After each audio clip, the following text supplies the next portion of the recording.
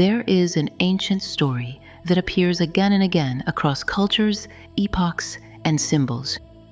Not as a doctrine, not as a command, but as a memory. A story of hidden architecture beneath the world we see, of spaces not bound by ordinary matter, of consciousness that does not end with death, but passes through it. In the Emerald Tablets, this place is called the Halls of Amenti. Not heaven, not an underworld in the moral sense, but a folded space set apart from the material octave, where life, memory, and identity are preserved beyond physical decay. Whether you take this as literal, symbolic, or something in between, the structure of the story matters, because it describes how consciousness moves, how it forgets, and how it remembers again. According to the tablets, the Halls of Amenti were constructed by beings referred to as the children of light, not gods in the modern sense, not rulers demanding worship, but intelligences described as free from the disorder of material polarity, able to move between states of existence without losing coherence. They are said to have warped space itself, creating chambers insulated from entropy, places where life force could be renewed, where consciousness could rest, where memory would not collapse. At the center of these halls is described a flower of life, a radiant field that replenishes vitality, not unlike how the sun sustains biological life. This is not presented as metaphor alone. It is described as functional, mechanical, architectural, a system.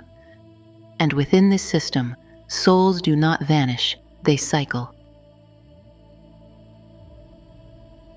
One of the most striking ideas in Tablet 2 is how death is framed. Death is not described as annihilation, nor as punishment. It is described as forgetting. Darkness in the tablets is not evil, it is loss of awareness. Light is not moral superiority, it is continuity of consciousness. In this telling, a soul incarnates, forgets its origin, and becomes bound by time, sensation, and identity. But beneath that forgetting, something remains intact. And the Halls of Amenti exist to preserve that core continuity until remembrance is possible again. This reframes the entire human experience, not as a test, not as a judgment, but as a cycle of descent and return. Within this story, Thoth is not presented as a distant authority. He is a participant, an initiate. He enters the halls. He is shown the mechanics of life and death. He witnesses souls as flames, some bright, some dim, each reflecting the degree of awareness retained. And then he is offered a choice: remain in the higher halls, free from decay, walking among the masters, or return. Return to embodiment, return to limitation, return to teaching. And Thoth chooses to return, not because he must, but because transmission requires descent. Knowledge alone does nothing unless it is carried back into the world. This is the heart of the story, not ascension, but return. The tablets also describe the seven lords, emanations of higher cosmic intelligences governing forces like time, polarity, and motion. They are not portrayed as tyrants. They do not rule humanity. They regulate structure. Think of them less as beings and more as principles of order, maintaining coherence across cycles. Above them, the tablets speak of an even greater unity, a source beyond naming. Again, this is not theology, it is cosmology as mythic architecture, a way of describing how order persists without collapsing into chaos. Whether these halls exist as literal places, or as states of consciousness, or as both, the story persists because it maps something real. People experience moments of deep remembering, near-death experiences, states of expanded awareness, a sense of having been here before.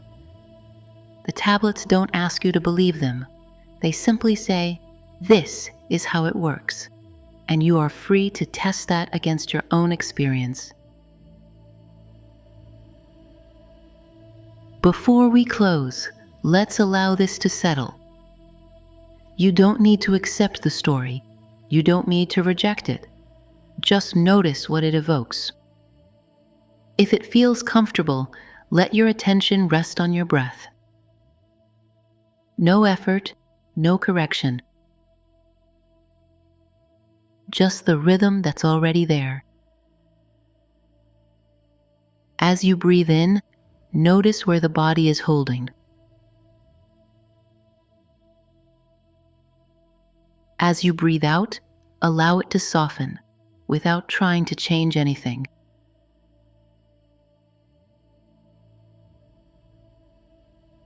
If thoughts arise, let them pass through. There is nothing to solve, nothing to reach. This is not ascension. This is regulation.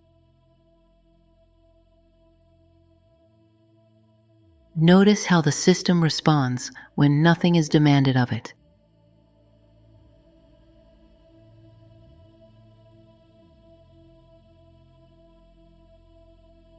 This is how coherence returns, not through force, but through allowance. Take 3 slow breaths at your own pace.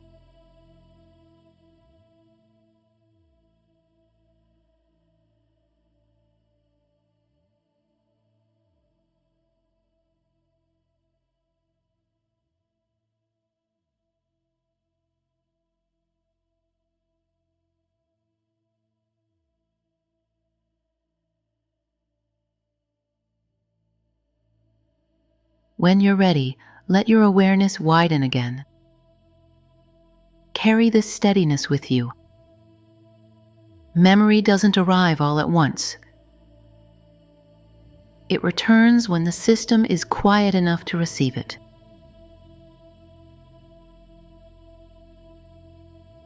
The story of the Halls of Amenti is not about escape.